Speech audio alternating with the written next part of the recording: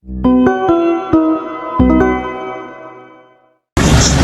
Anda pernah nggak kebayang bahwa di Uighur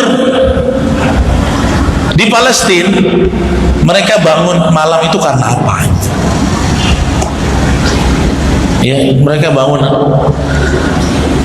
dengan seburuk-buruknya keadaan negara kita sekarang, sistemnya banyak berantakan, tapi Allah masih kasih nikmat aman gitu. Itu sudah alhamdulillah, bersyukur sekali.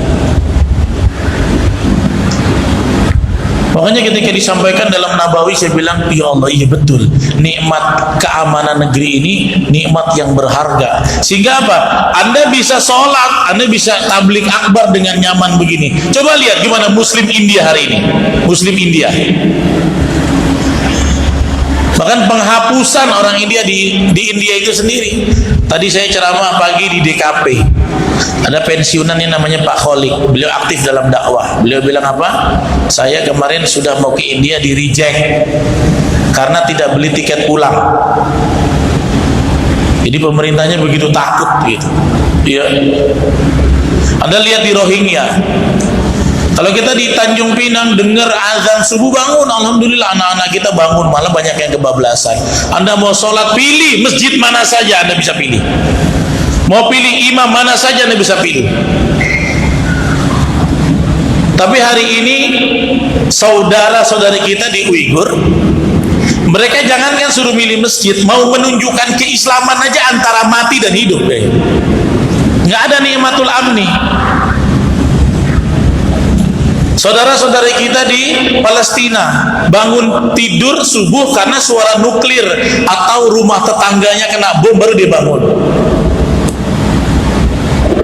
Antara madrasah, kalau di Palestina itu namanya kutab dan ma'ahid, tempat-tempat ngaji dan madrasahnya anak-anak, biasanya maghrib. Ya, saya pernah ketemu dengan Syekh dari Palestina. Beliau 17 tahun hafal 30 juz, katanya menghafalnya setiap hari 2 lembar habis maghrib sampai isya. Saya bilang, kok cerdas banget ya 2 lembar. Rupanya bukan cerdas-cerdas amat, cuma memang maghrib ke isyanya panjang di sana ya. Nggak kayak kita kan 45 menit ya, di sana panjang. Jadi durasi untuk 2 lembar menghafal itu lebih cepat, lebih banyak ruangnya. Tapi kata beliau, antara rumah kami menuju madrasah itu antara hafalan Quran dan mati dengan tembakan nuklir dari Zionis Israel. Pilihannya begitu. Di Rohingya, kalau identitas mereka Muslim, habis. Di Indonesia, Anda mendapatkan ketenangan, bisa tablik akbar, Masya Allah. Singapura, nah itu udah mulai kurang tuh Singapura. Katanya di Singapura kan tidak boleh pakai speaker luar kan? Sudah mulai dikebiri. Padahal dulu katanya itu rumpun kita orang Melayu. Singapura tuh, si Jori. Rumpun kita Melayu. Cuman karena tidak melek politik, akhirnya kepemimpinannya direbut dan Islam itu sudah mulai termarginalkan di sana. Ini yang buat sedih.